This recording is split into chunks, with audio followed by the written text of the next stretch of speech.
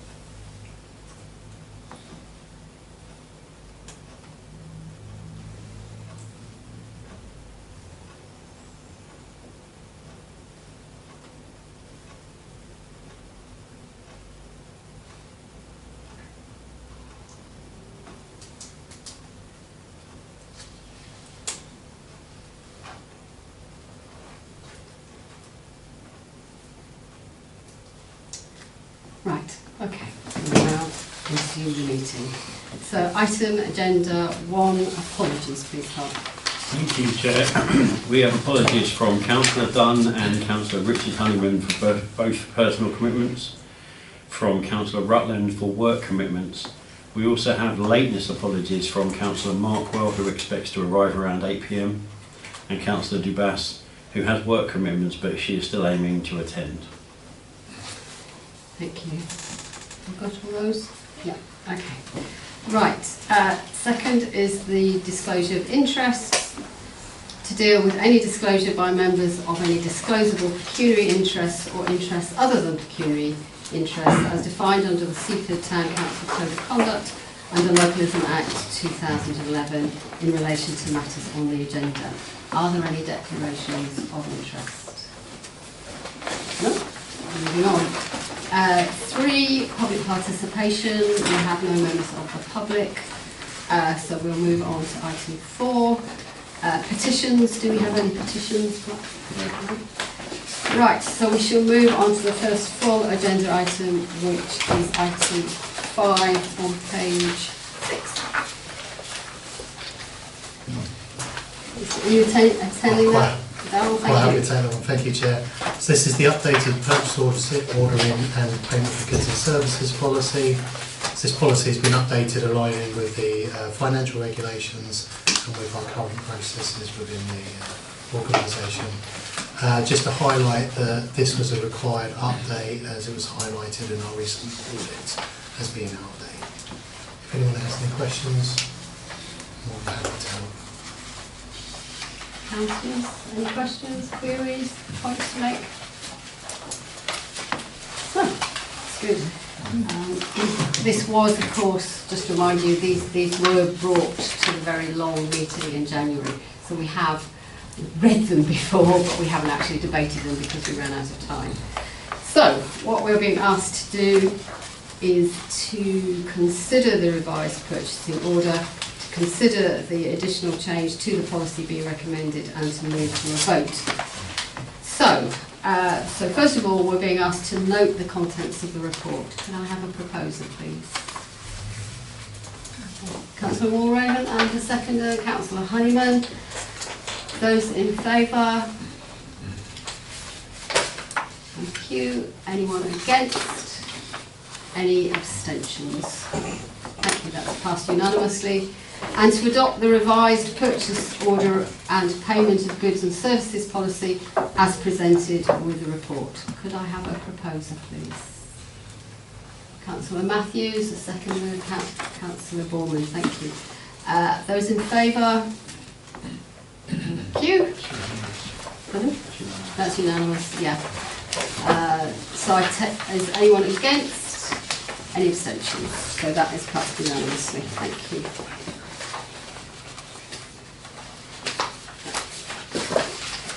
Right.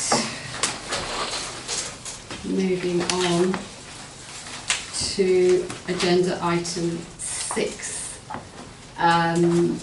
which is the adoption of a sexual harassment policy. Deputy Town Clerk, are you taking this one? Thank you, Chair. So this is newly created sexual harassment policy. In October 24, a new duty under the Equality Act 2010 required employees to take reasonable steps to prevent sexual harassment of their employees and other parties. To date, until this policy has come into place, we haven't had anything that covers this. So the lack of a policy currently presents an element of risk to the Town Council. I'd welcome any questions. Any queries, questions? Councillor Taylor. Thank you. Do you want me to stand? Please, if possible, yeah. That's okay. Thank you very much. There's a couple of things that it was more omission than commission. One was about what generally I think usually called protected characteristics, and I think they're named in there. What those characteristics are, they're named there specifically, and they're all there. But because it is a kind of well-known term, and I think has a particular meaning, I thought it could be helpful to actually just include that. What it means to the people who are in that group are that they do have particular right. It gives them that right to be carefully considered. That was the first thing. The second is sorry. Yeah, sorry. Yeah. Sorry, do carry on. The second point I would just ask you to consider, or we could debate it. It's a slightly more difficult one, I think. The paper talks about gender reassignment. It doesn't anywhere use the word trans. Now,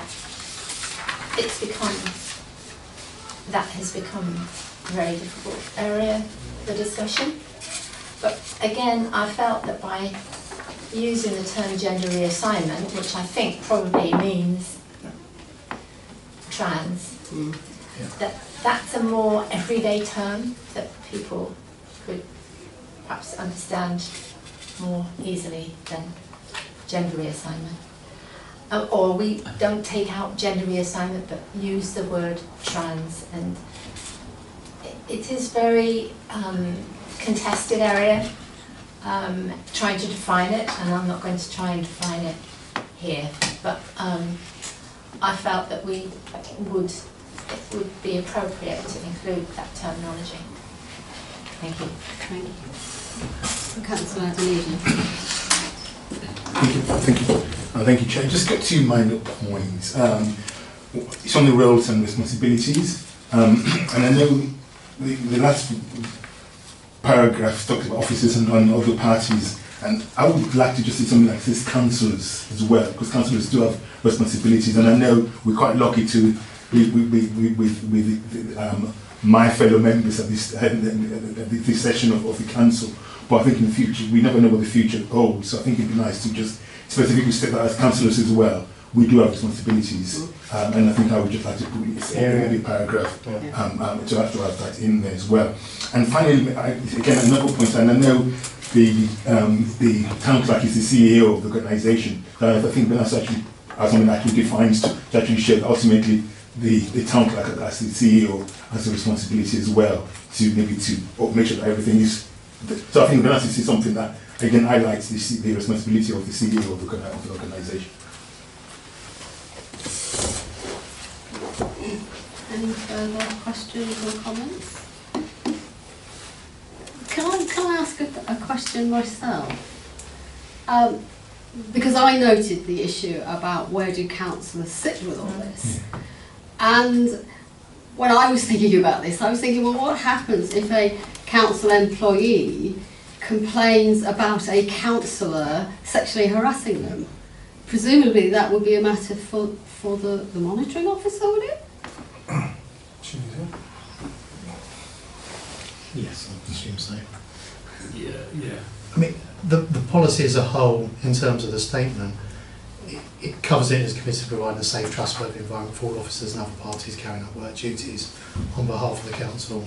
So it's in the scope of it, it covers all parties. So where on other ones we've got very specifically to councillors, I think we've referenced all parties, you know, working on undertaking work on behalf of the council. So I think that's that one. I mean, we can amend it accordingly, because you're right, and who the policy applies to, I think is in the initial section of that. It actually talks to elected members and contractors as well. So I think it covers that element of it half. And so maybe it was sort of Chair's question.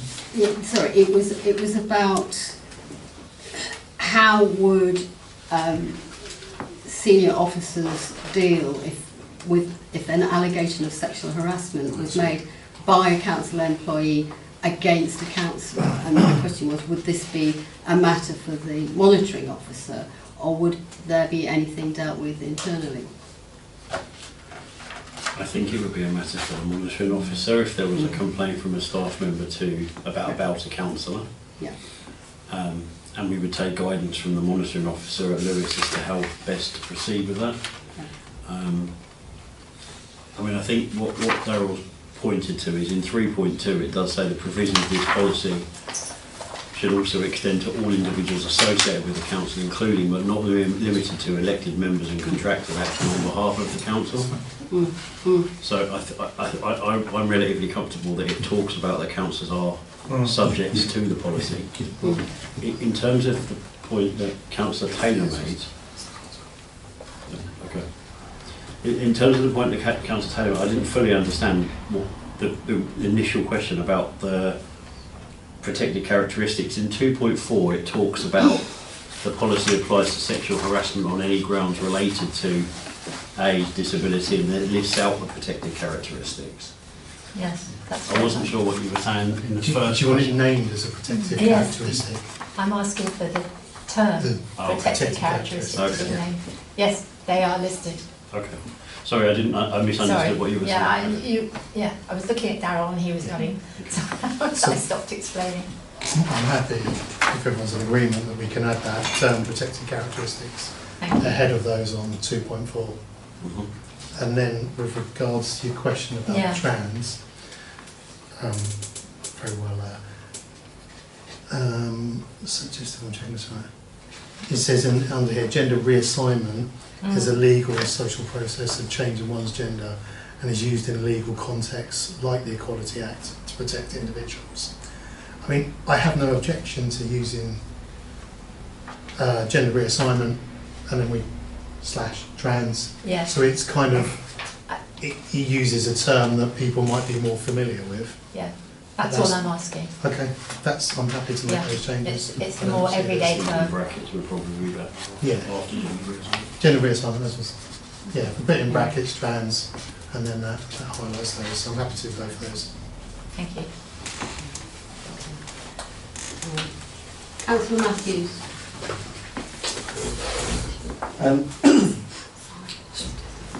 Councillor Watford's not here, and she's the chair of the Personnel Committee, but obviously this policy has come through in personnel first, so I think prior to coming to full council, it was, we knew we had a legal gap, didn't we, in terms of not having a sexual harassment policy. Yeah. So I think we felt under pressure a bit to kind of get it into the system in terms of being able to get policy in front of our fellow councillors. Of course, it was supposed to come to council in January, I think. So it has been around for a little while, bumping around, but I just wanted to remind my fellow councillors that I think we know that it probably needs some work doing to it ongoing, and obviously it hasn't been tested out in practice yet. Hopefully it doesn't, but it hasn't been. But the next review date is in for 1 year's time, so because it is a new policy to the council, I'm just mindful about the council fulfilling its legal obligations to having a sexual harassment policy. Thank you. Just noting that Councillor Sturton has just arrived. Thank you. I'll let him take his breath. Anyone have any more comments on agenda item 6?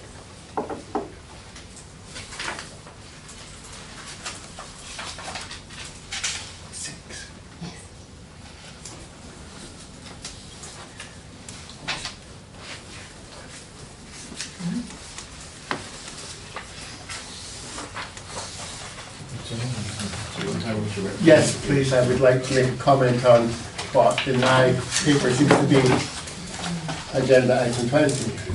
Apologies.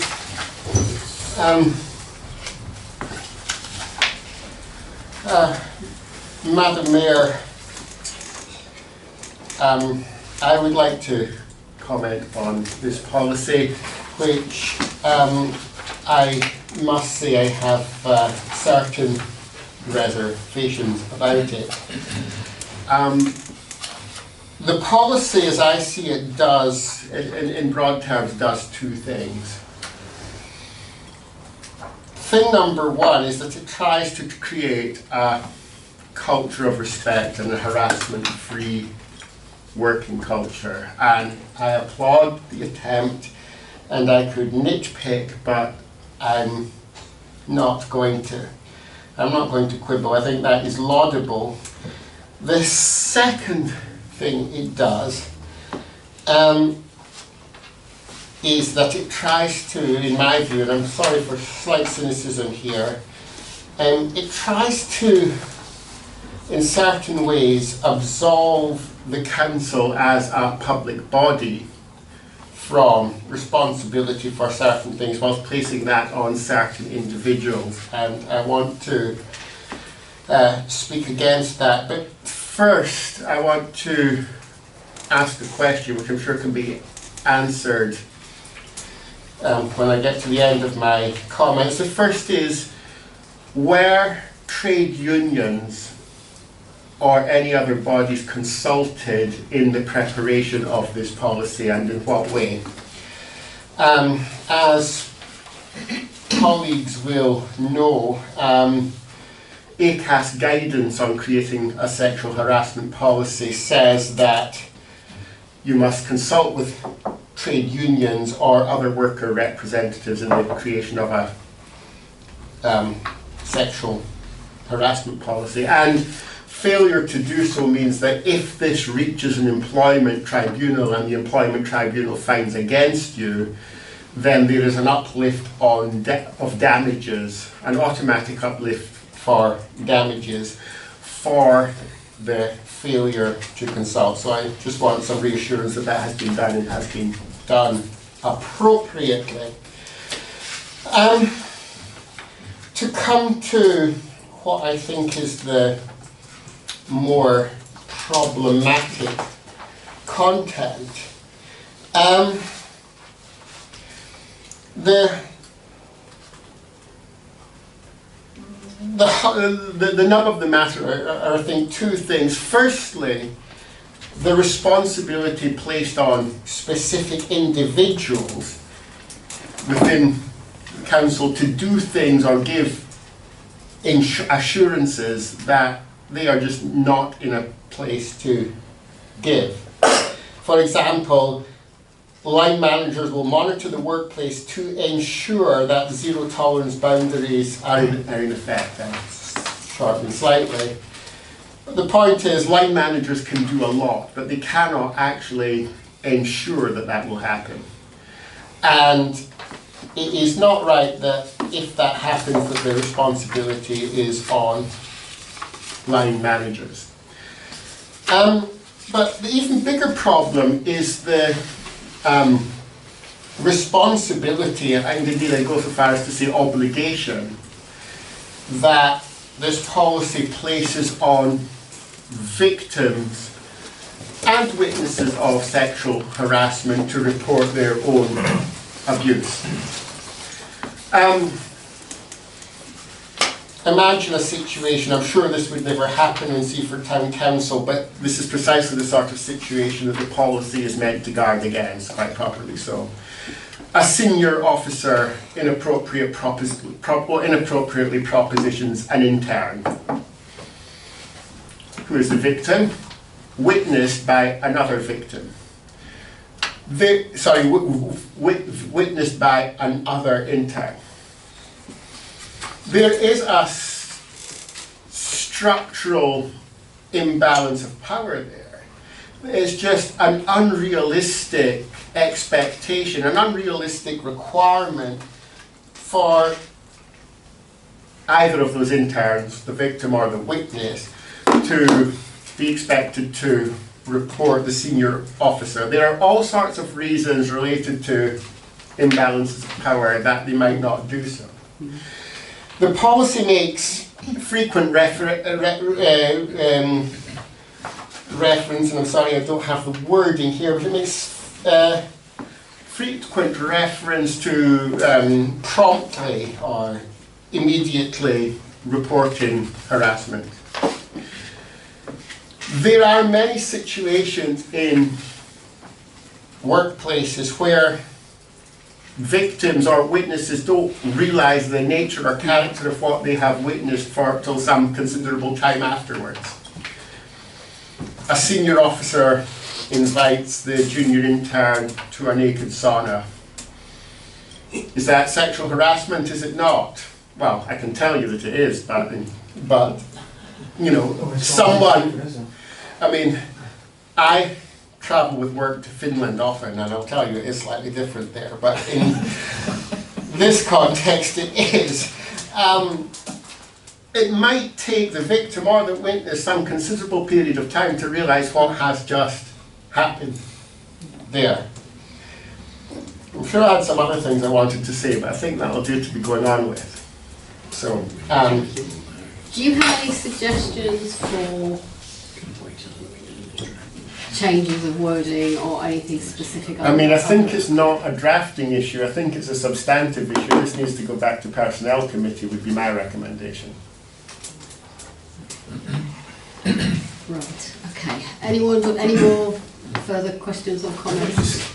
Oh, sorry. To come back to that. Yeah, Councillor Adeliji. I don't want to prolong this. Yes, please. I mean, I think, and I totally note the points raised by Councillor Sturting. I mean, I think now we are we're a parish town council, and and we've got the National Association of Local Council NARC. I've just perusing NARC websites, and our policy on sexual harassment, it's very similar to the template issued by NARC. So I have more, I would rather go with the advice given by NARC, which is what is working on. It's not perfect, but I think it's something that we can support tonight. And that's my best view. Thank you. Right, I'm going to draw this. Can I make a comment? Yes, yeah.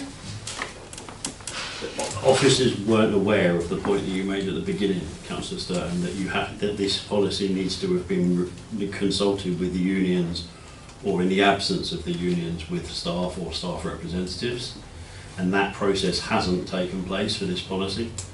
So I think, you know, given that is the case, and I've checked it while you were talking, and that is the case, either the union or the staff or staff representatives need to be consulted.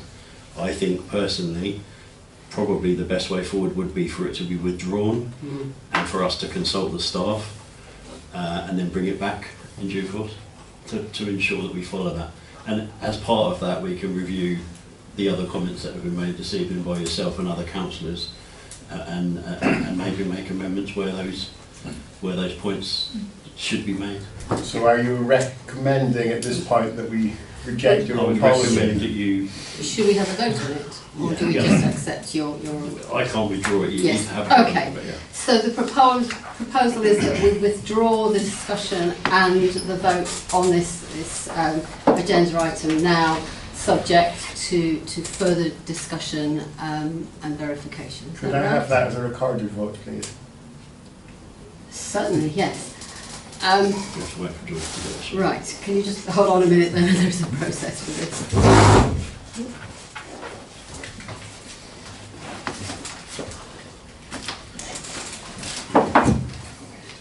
Thank you for your contribution.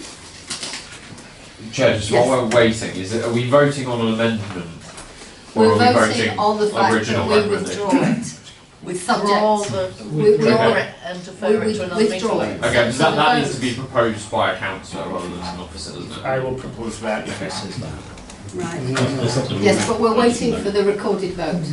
Yes, so if you just hold on a minute, we will get the recorded vote documentation and we will vote on this. Because it's important that we get this right for any future problems, and it's better to iron them out now and be honest than sit on a potential ticking time bomb. Right. Okay, so thank you, Councillor Sturton. So the proposal is to withdraw the agenda items subject to the discussions as described. A proposer, Councillor Sturton. Do I have a seconder? Councillor Adeniju, thank you. Those in favour of the amendment. Those in favour of the amendment? Which is pronounced. Yes. Yeah, I think it's... Yeah. So, is anyone against? And are there any abstentions? No, so it's passed. No, it hasn't. It passed that we've made the amendment now. We need to do a recorded vote on supporting Okay, the withdrawal of the paper. right. So we're going to be asked individually about our voting intentions. Indeed. Yeah. Councillor Adeniji. Yeah, in favour. Councillor Ali. In favour of withdrawal. Councillor Borman. For. Councillor Buchanan. Yes, in favour. Councillor Horry. For. Councillor Honeyman. For. Councillor Lord. For.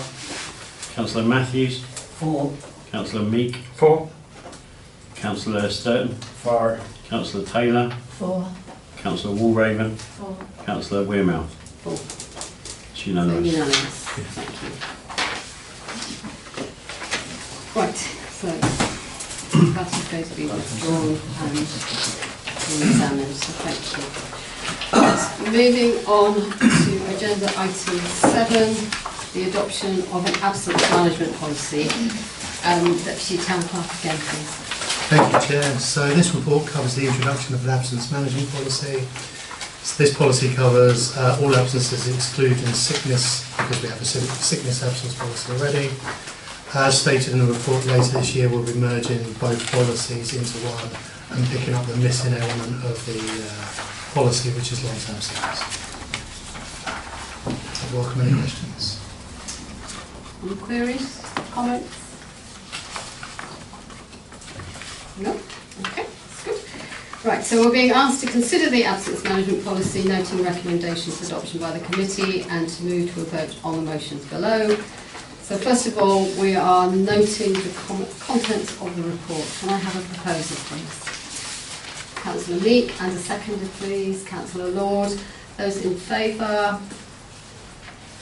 Pretty unanimous. Okay. Any abstentions? Any votes against? So that's passed unanimously. And secondly, to adopt the absent management policy as recommended by the Personnel Committee. Can I have a proposal, please? Councillor Warraven, seconded Councillor Taylor, thank you. Those in favour? Thank you. Anyone against? Any abstentions? So that's passed unanimously as well. Okay. So moving swiftly on to item 8. The adoption of a menopause policy. Deputy Town Clerk again, please. Thank you, Chair. So this report covers the introduction of the menopause policy. In short, the policy is designed that as employers we're educating managers and supporting staff experiencing the menopause. I would welcome any questions. Got any comments, concerns, queries? Unfortunately, I do. Sorry. That's fine. It's okay. So I declare that I have been through the menopause, and I also declare that I am a retired GP, so I have prescribed and given support and advice to people going through the menopause. And I do feel that this is a missed opportunity for this menopause policy. I'm sorry. It feels like a document that was relevant 10 years ago, but it's not really relevant now.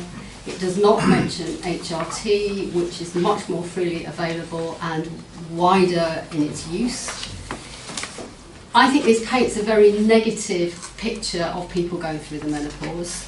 It talks about people enduring hot sweats and various things like that, where actually if they are eligible for HRT, it can radically change the quality of people's lives. That's right. It talks about going to a GP and having checkups. That is not really the way people have medical help necessarily nowadays. I certainly lost most of my menopause HRT skills because it was such a radically changing field. We had a nurse consultant come in and she kept ours up to date and she saw all the women directly. So saying you will go to your GP and your GP will tell you to do X, Y and Z is not the way the NHS works anymore.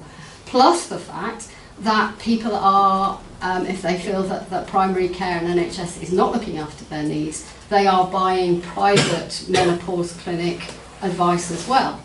So that I would like the wording to be changed from seeking advice from a GP and having checkups to seeking appropriate professional expert advice, because I think that's a broader umbrella term. It also it hints at, but it doesn't actually say, that menopause is not a protected characteristic. So the symptoms and the length and severity of menopausal symptoms have to be so severe that the Equality Act of 2010 comes into play if it is regarded as a disability. And we have to admit that this is a temporary thing. The usual length of time for perimenopausal and menopausal symptoms is about 4 years. So it has to be very severe for it to be regarded as something that is regarded as a disability, and it would be a really very badly affected woman to have this.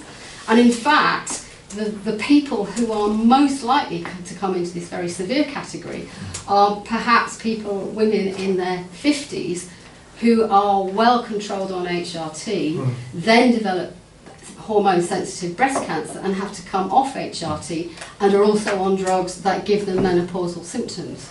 So they would not be regarded as menopausal patients, they will be regarded as cancer patients. So the very people that this should be able to help would probably not. And I feel that the major issue with this is that it doesn't talk about the use of an occupational medical advisor, and I think this would be a key role for this policy, because the kinds of people who are coming in and day out saying they've got brain fog, say they can't work in a crowded office or a noisy office, there may be lots of other things going on in their life that they can't talk to their manager about, and the manager wouldn't necessarily want to know, but they may be key to understanding what their employee needs.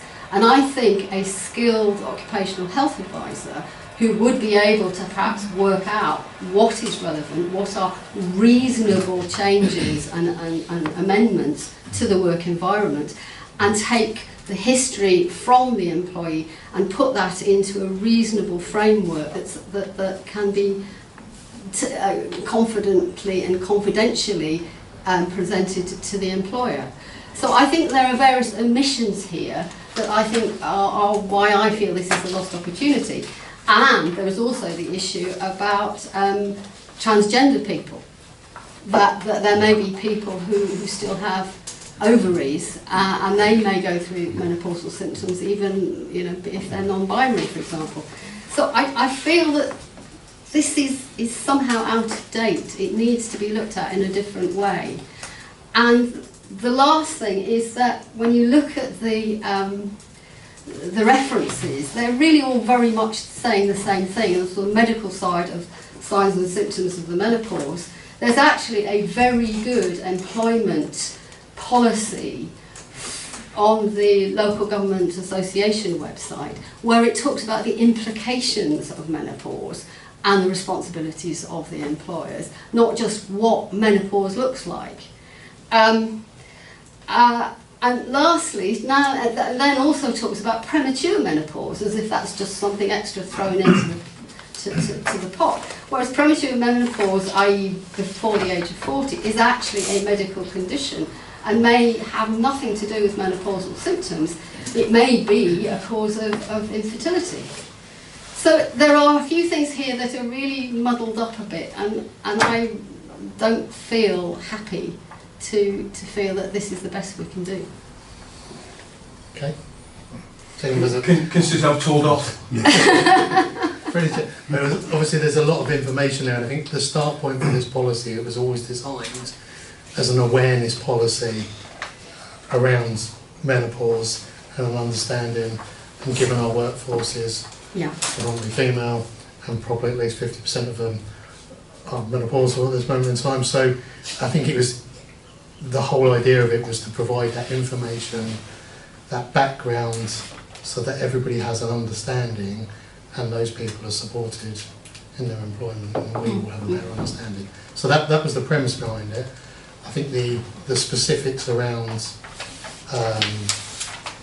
symptoms, etc., and professional support is the policy's designed to give an idea of a flavour of that. It was never designed to be that specific in that information. So, I take on board any feedback, and if we can improve it, then I'm more than happy that if there's any specific information that wants to be added to that, then we can add it.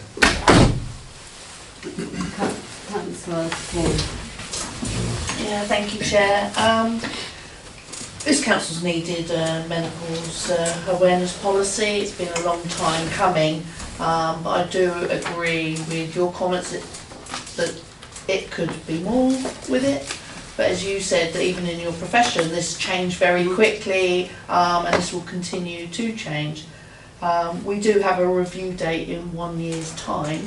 Maybe we could bring that forward, that we adopt this evening as it is, and then review it again in 6 months' time, incorporating your bits and then anything else that may be needed to be added in the changes up until then. So just to check, you are suggesting bringing forward a review to 6 months instead of a year, as would normally be done. Yeah, thank you. I just wanted to clarify that. Welcome to Councillor Markwell. Was there someone else who wanted to speak? If you want to have that in the resolution, if you want to, you need to do an amendment, or you can just take it and the officers will bring it back in 6 months, rather than any up to you. Yeah, okay. Welcome.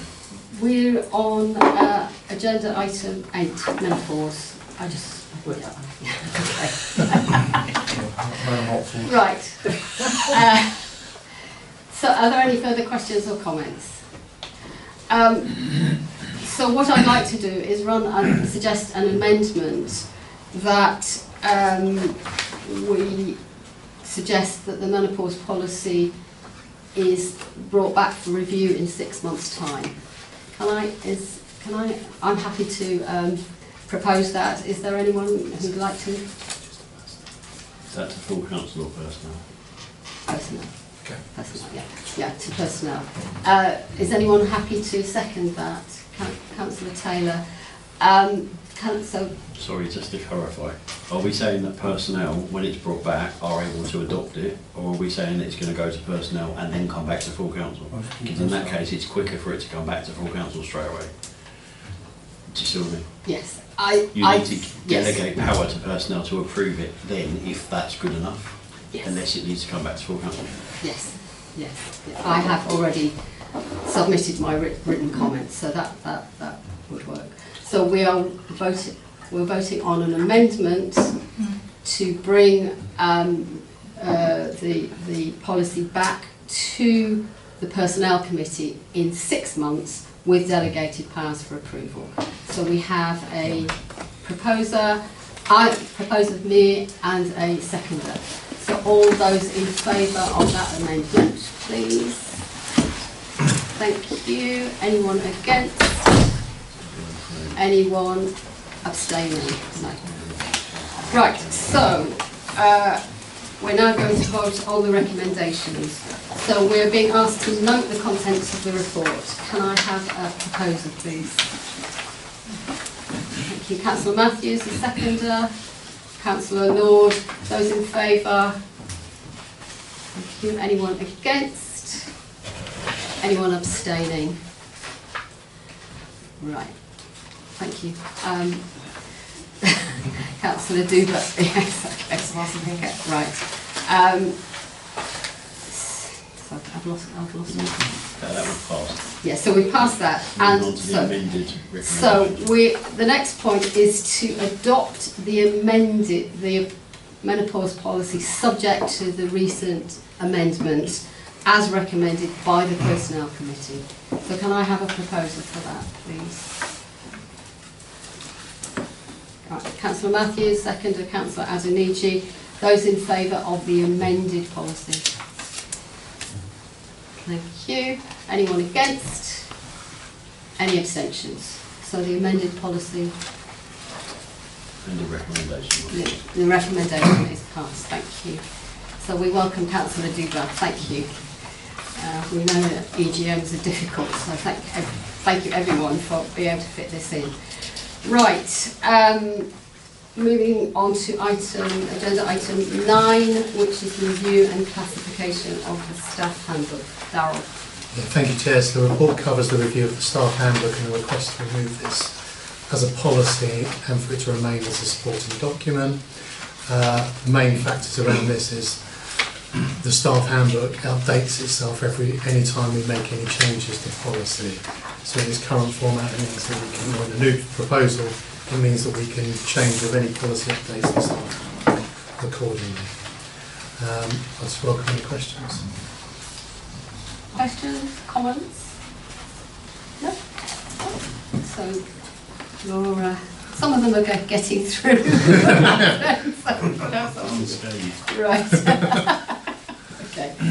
Right, so we're being asked to consider the revised handbook, to consider the recommendations from the Personnel Committee, to disapply this handbook from being regarded as a policy, and to move to a vote on the motions.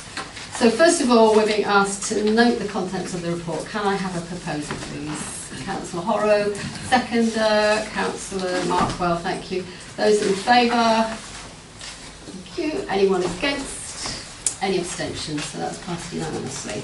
Secondly, to adopt updated staff book as recommended by Personnel Committee. Can I have a proposal, please? Councillor Buchanan, a seconder, please. Councillor Markwell. Those in favour? Thank you. Anyone against? Any abstentions? So that's passed unanimously. To agree that with immediate effect the staff handbook is no longer to be treated or considered as a policy as recommended by the Personnel Committee. Proposer, please. Councillor Markwell, thank you. Seconder. Councillor Walraven, thank you. Those in favour?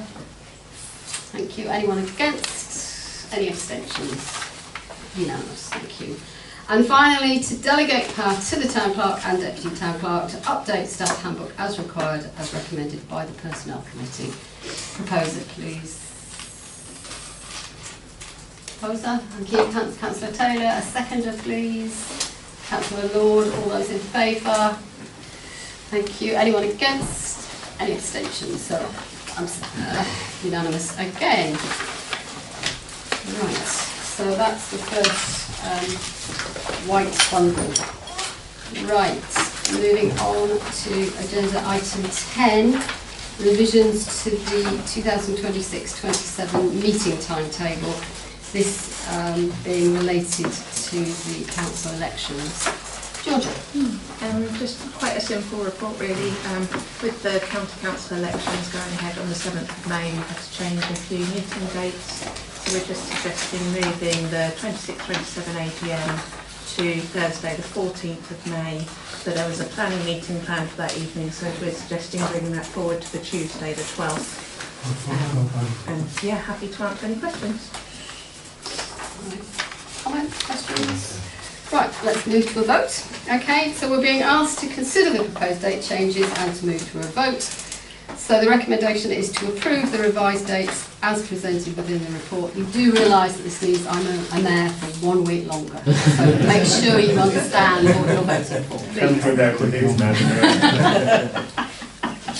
Okay, right, can I have a proposal, please? Councillor Buchanan, thank you. A second there. Councillor Adeniji. Those in favour? Thank you. Anyone against? I'll take that very personally. Any abstentions? No, that's passed unanimously as well. Thank you. Right, agenda item 11, the annual review of corporate risk register. Deputy Town Clerk. Yeah, thank you, Chair. Okay, so this is a report covering the annual risk register, if I can say it properly tonight. Updated for 25-26. Just to note, this report covers the wider corporate risk rather than operational specific risks. I welcome any questions.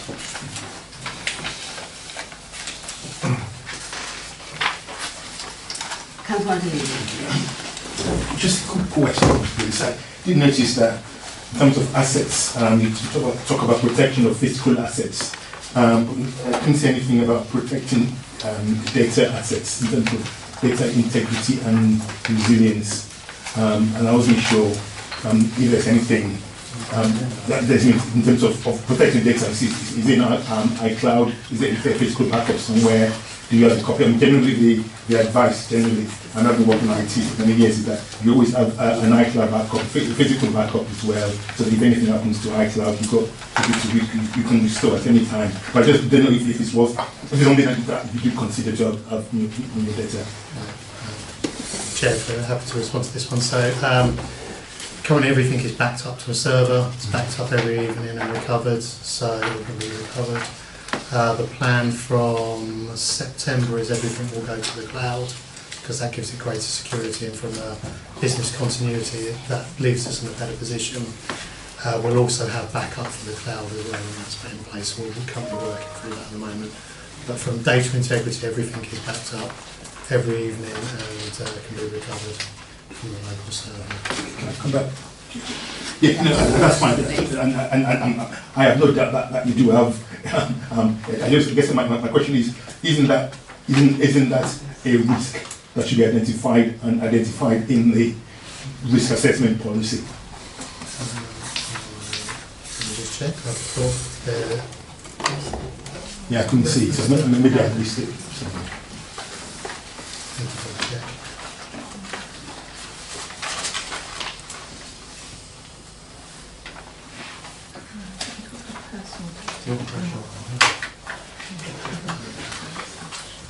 No, yes, there's electronic. Yeah, there's a reference to financial records, etc. being backed up. It's kind of in different sections. Yeah. Again, I'm not being pedantic. No, that's fine. It's not financial records, is it? We're talking about general data. Yeah. There's a reference.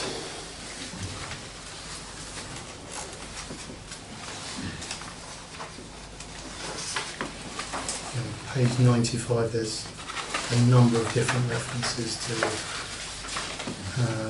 personal data control and processed.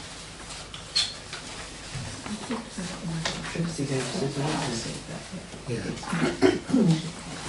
Yeah. But I think as an overall subject, it's not identified on its own. It's identified in different sections. So yeah.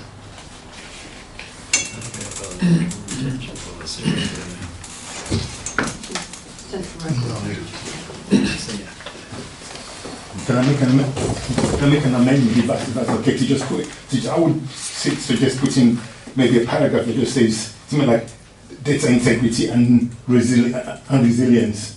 We do have a backup into iCloud. Just so what you mentioned, I think it's a very simple paragraph, and that would just kind of kind of reassure us as councillors that we do have a data protection policy. That's absolutely fine. I think it's covered in various bits, but I think it's just in one section. Yeah, absolutely. If that's okay. Yeah. And I approve the policy subject to that being included. Thank you. Councillor. Yeah, it's all very well having a backup, and that's great, but you actually have to test the backup to make sure it works. Has that ever been done? Have you got plans to do it? It's a very good question, thank you. I've been liaising with our IT service provider around all the updates. So one of the first questions I asked was around data backup. Have we trialled it? No, but I'm reassured that we have that service. It's backed up every evening and that we're able to recover everything from that point. But in terms of a physical test of that, not in my time, no, is the answer. Or in mine. So we can. Yeah, it's called ICT. Yeah, I mean, it's part of East Sussex County Council, the provider who do that, which is Schools ICT. And no doubt they back it, they test it at a corporate level, but not with our involvement. So perhaps it's something which we need to get our involvement in for us to run through a test and see what comes out the other end. Thank you. Just come back and that's more reason. Pushing your luck out, please. But I think This is definitely the last I think it's important to get this right, and I think that's more reason why I think we do need to put in it's just about. Could you propose an amendment that we could perhaps vote on? Amendments would be to have something on data integrity and resilience, which we can combine two things. That we do have a backup to iCloud. We are able to talk about the frequency, again, taking on the point that Council do that, so that we are able to test, like we do yearly tests. So just one paragraph, so that is backup to iCloud. We do backup, we do test this data, we do test that the validity of our backups once every year, and then it's just so that it's quite clear. That's one that I think. Okay. We're just going to work on the wording of an amendment, which we can then vote on and then proceed with the vote.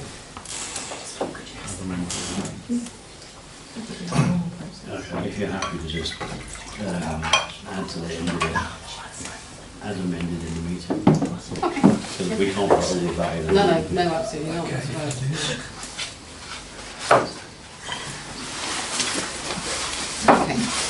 Right.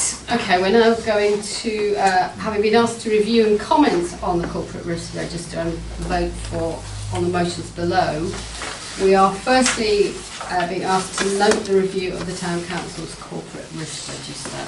Can I have a proposer, please? Councillor Buchanan, a seconder, please. Councillor Lord. Is that subject to the amendment? Because that not. We're coming to that number two, Councillor. It's fine, thank you. Sorry. We've got a seconder for recommendation number 1. Those in favour of the item of recommendation 1. Thank you. Anyone against? Any abstentions? So that's passed unanimously. So what we are going to say for recommendation 2 is to adopt the revised general and financial risk assessment as presented in Appendix A, noting that officers will update this to the new policy format prior to publication and as amended by comments in the meeting.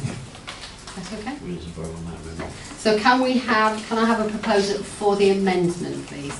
Councillor Dubar, a seconder, please. Councillor Adeniji. Those in favour of that amendment? Thank you. Anyone against? Any abstentions? No. So the amendment is unanimous. So now we are being asked to vote for recommendation 2, as I've already said. So can I have a proposal for that with that amendment? Thank you. Councillor Adeniji, the seconder. Councillor Dubar, thank you. Those in favour of the amended recommendation? Thank you. Anyone against? Any abstentions? No. So the amendment is carried unanimously. Thank you. Right. Agenda item 12. Annual review of internal controls 2025-2026. Deputy Town Clerk. To be fair, thank you, Chair. This report, as I say, covers the annual review of internal controls. And Appendix A covers the summary internal controls if there's any questions or queries about the specifics of that report. Any questions? Yeah.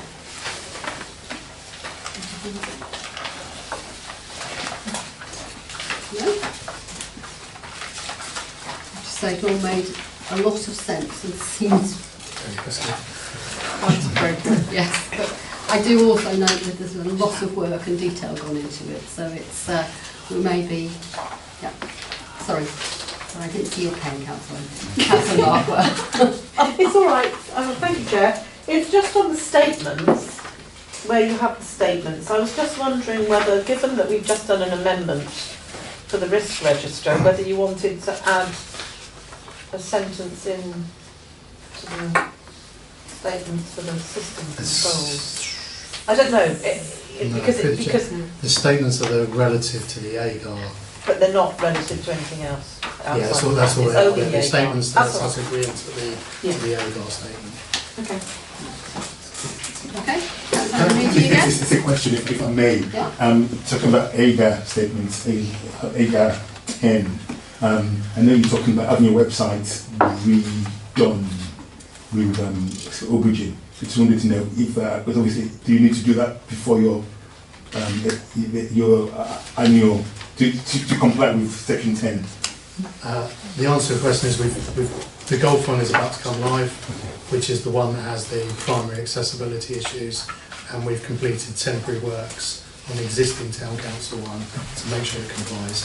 But the new one will 12 to 14 weeks basically. Okay, any further questions or queries before we move to a vote? Right, so we're being asked to review and comment on the internal controls review and consider statements 2, 5, 6, 7 and 10 of the AGAR and to move to a vote. So firstly, we're being asked to approve the Town Council's internal controls as set out in Appendix A. Can I have a proposer, please? Councillor Walraven, the seconder. Councillor Adeniji. Those in favour? Thank you. Anyone against? Any abstentions? Unanimous. And secondly, to note that statements 2, 5, 6, 7 and 10 of annual government statements have been complied with as set out in 1.4 of this report. Can I have a proposer, please? Proposer? Thank you. Councillor Taylor. Seconder, Councillor Lord. Thank you. All those in favour? We're getting good at this, aren't we? Thank you. Any abstentions? Anyone against? So again, unanimous. Thank you. Right. Item 13. Right. Okay. So, adoption of annual investment strategy 2026-2027. This is page 108. Deputy Town Clerk. Yeah, thank you, Chair.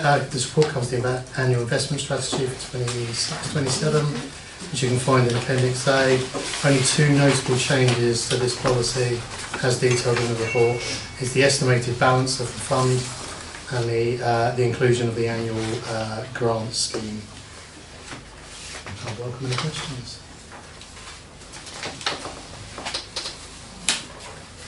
Anything? Oh, sorry, Councillor Luke, I didn't notice you.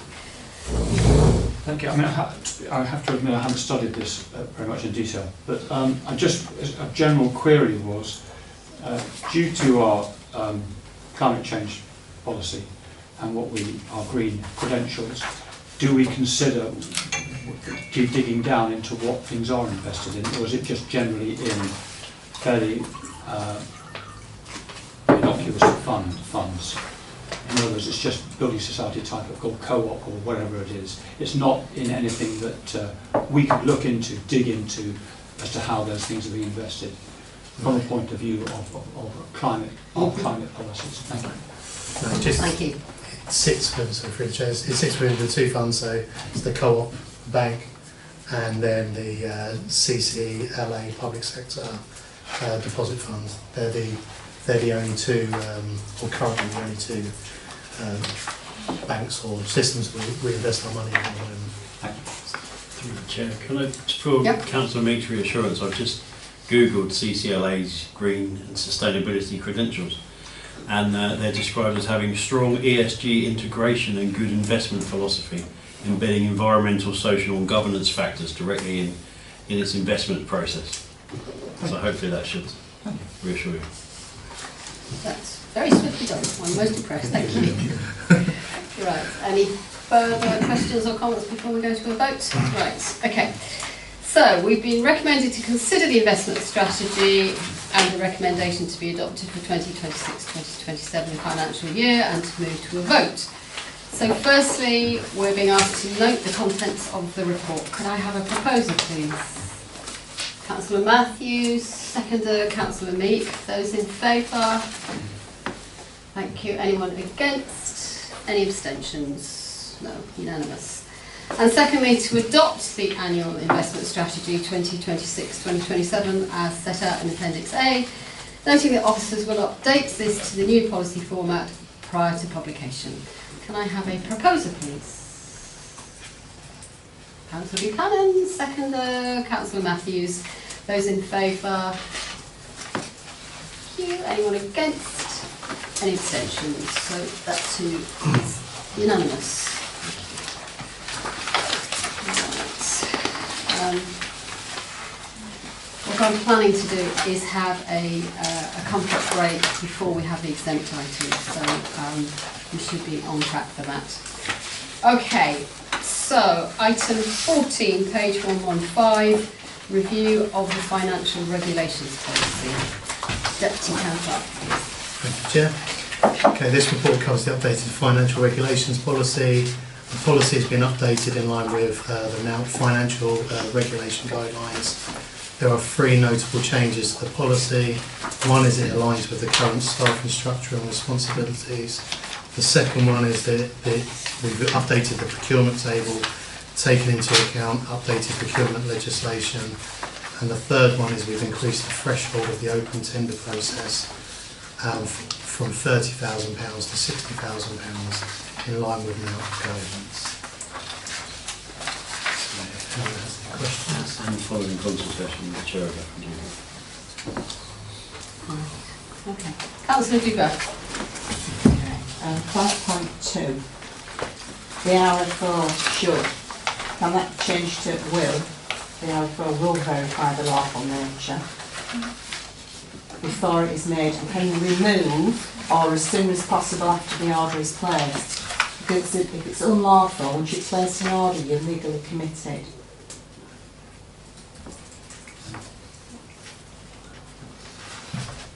So sorry, 5.2, you want to change the RFO should to will? Yeah. Is that, yeah? And then Okay. remove or as soon as possible after the order is placed.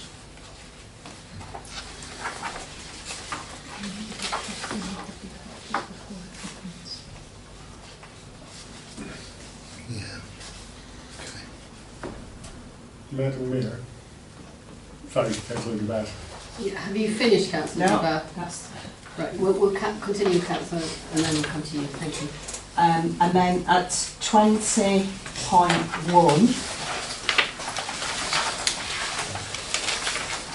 that last sentence, concession contracts over the value of 5 million, delete that sentence, it's not relevant to concessions that we are referring to here. Concessions in the Procurement Act relates to things like airports, toll roads, massive leisure centres, that kind of thing. Doesn't relate to beach huts or ice cream vans. I Do you think have that's, a comment? I think that's there just to kind of highlight the legislation around it rather than... It has no bearing on item 20. Has no bearing on it at all. It's just the fact that we use the word concessions to describe our ice cream vans and things like that. But concessions in the Procurement Act relates purely to high value contracts like airports and toll roads. It's unnecessary and it needs to be removed, in my opinion. How do you want to handle that? We need to have a Town clerk? discussion Yeah. about the 5.2 piece because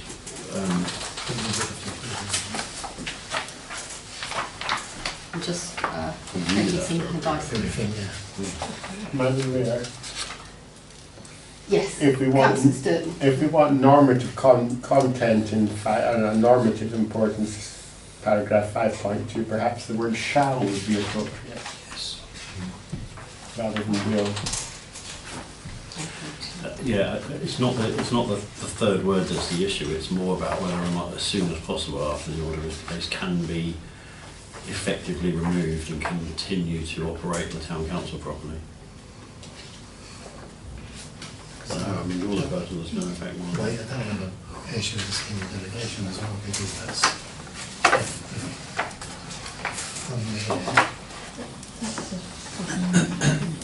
the way our entire operation runs. Yeah. Because at the moment, as RFO, you only do the stuff verify over, things. over a threshold as well. I don't think. What do you suggest? How do you suggest we forward this? Is this such a significant change that we need to withdraw this for discussion and possible amendment? The problem is we have to approve this one, don't we? And all of this We is- can't not approve this policy because it's got to be done within the Because financial it year. has to be done for the financial year. It's also worth pointing out, obviously, these are the NALC model financial regs. So to make such a restrictive change from the model regulations would be quite an extreme move. So it would have to, I guess, have kind of a real justification and real understanding of the operational implications of that. At the moment, with the size of organisation we are, to have the RFO verifying every spend before it happens would cause real issues and would really disrupt the flow of our operation, because at the moment every departmental manager is able to sign off purchase orders up to a level of £2,000. If it's more than 2,000, the town clerk or the RFO has to countersign, but you're talking about every single purchase having to come through Darryl, or in your absence, Steve. That box of pens. It doesn't even say that. It doesn't even say or me. It says the RFO. So I couldn't even. In Darryl's absence, you take on RFO. Actually only after a significant absence. Not if he's not here for one day. Okay, What's so the this point? sounds like What's the it point is of quite a 5.2 significant potential change. Councillor Adenuti. Thank you, sir. Because my understanding of 5.2 is that the RFO is the responsible finance officer, is ultimately responsible for the finance of our organisation. And therefore 5.2 means that, yes, the RFO should verify that the purchase, but doesn't necessarily mean that before.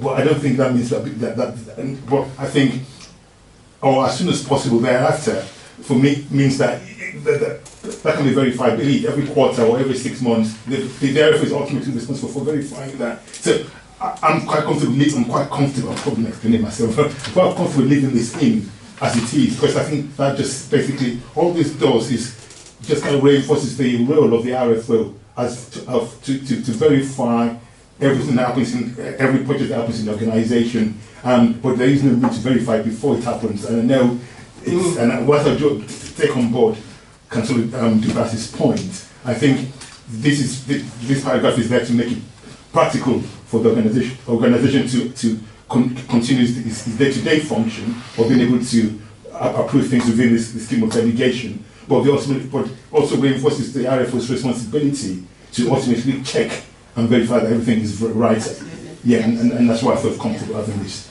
I hope I've kind of explained We myself. obviously have to have something that's legal, Yeah. lawful, but we can't have something that is totally unworkable, because we're going from one ditch to another and an awfully bigger ditch if we do that. The other thing as well, is a bit of a Sorry, I finance. just want to come Yeah, back so on it Councillor because Dubas, do you have a reply to that? yeah, because what you're saying here is that the RFO will verify any proposed purchase. So it's, you know, and how are you going to do that? Any proposed purchase, every purchase? What are you saying? That does not make sense, 5.2. So I was just reading them out, financial regulations, and it is pretty much word for word.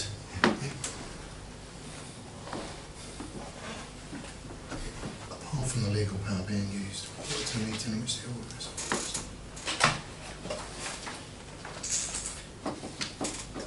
We differ there because of our size. Yeah, yeah, that's a parish council, isn't it?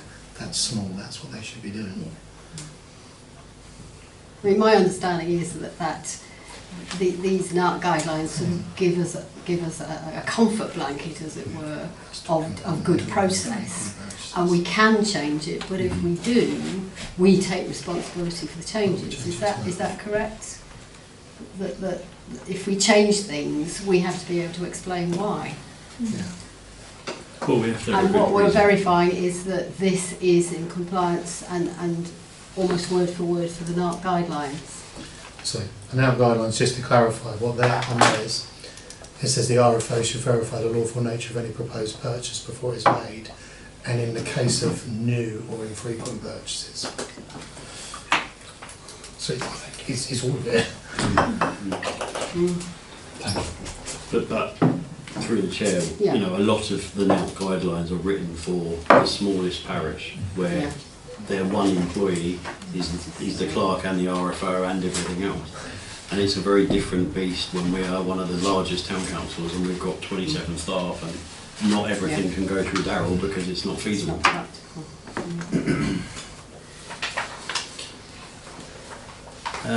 Do officers have any form of advice of how we can make this compliant with NARC yet practical? Through the chair, to clarify, Yeah. we don't have to comply with NARC. It's a recommendation of the policy that, you know, in an organisation, a small organisation where they don't have the capacity to write their own policies, it's an example that you can use if you want to. We base our policies off there, but we bring them into how how it best affects Seaford Town Council, and hence why it's slightly different, but it's more or less the same. I mean, the should is from the NARC policy. It doesn't say shall or must, it says should in the NARC policy.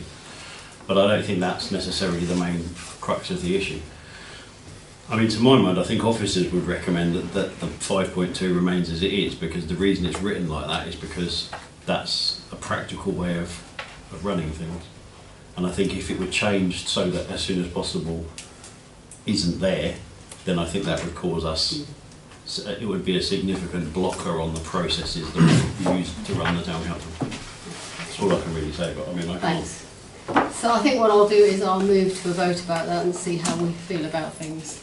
So we're being asked to review and discuss. Oh, sorry. Sorry, just for a slight change of pace before we move to the vote and go into exempt, I would like to put on record thanks to the Deputy Town Clerk for all the items we've had tonight and all his hard work and very helpful advice throughout the meeting and everything leading up to it. So thank you, Deputy Town Clerk. Yeah, it's much appreciated. Yeah. Thank you. because these things may seem very mundane, but they are absolutely pivotal if there are queries or difficulties. So we are not ungrateful, because we do realise just how much work this goes into, even when there are templates.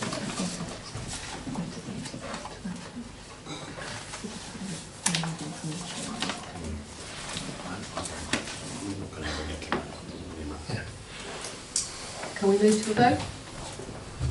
Yeah, I mean, all I can really say is officer's recommendation is to leave 5.2 as it is, because Okay. I think to Yeah. change it would cause us Yes. operational difficulties. Okay, I think that's clear now. Okay. Right, okay, so we are being asked to review and discuss financial regulations and to move to a vote. So, recommendation 1 is to note the contents of the report. Can I have a proposer, please? Councillor Horrow, a seconder, Councillor Meek. Those in favour? Thank you. Anyone against? Any abstentions? So that is passed unanimously. And secondly, to adopt the revised financial regulations policy with immediate effect, noting that officers will update this to the new policy format prior to publication. Can I have a proposer, please?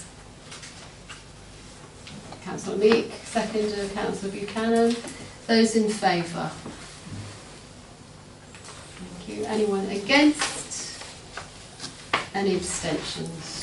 So that is passed unanimously, but obviously we note the comments going forward. Thank you. Right, okay. 15 is to vote. So, yeah. So I'm going to move to item 15, which is exclusion of press and public, and then we will have a break. So in accordance with the Public Bodies Admission to Meetings Act 1960, press and public will be excluded from the meeting during the discussion on the next items of business for the reasons set out. But the resolutions of the items will be recorded publicly in the minutes of the meeting. The proper officer considers that discussion of the following items is likely to disclose exempt information as defined in Local Government Act 1972 and data protection legislation, and may therefore need to take place in private session. The exempt information reasons are given alongside each item below. Furthermore, in relation to paragraph 10 of Schedule 12A, it is considered that the public interest in maintaining exemption outweighs the public interest in disclosing the information. Can I have a proposer for this item 15, please? Thank you. Councillor Horrow, a seconder, please. Councillor Markwell, those in favour? Thank you. Anyone against? Any abstentions? So that is passed unanimously, and we're going to have a short 5-minute break now.